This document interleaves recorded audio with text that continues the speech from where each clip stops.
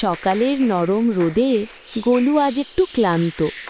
গাছের নিচে বসে সে বলে আজ তার খুব অলস লাগছে। গোলু একটু গোলগাল, তাই ব্যায়াম করা তার জন্য সহজ নয়, তবুও তার মনটা খুব ভালো।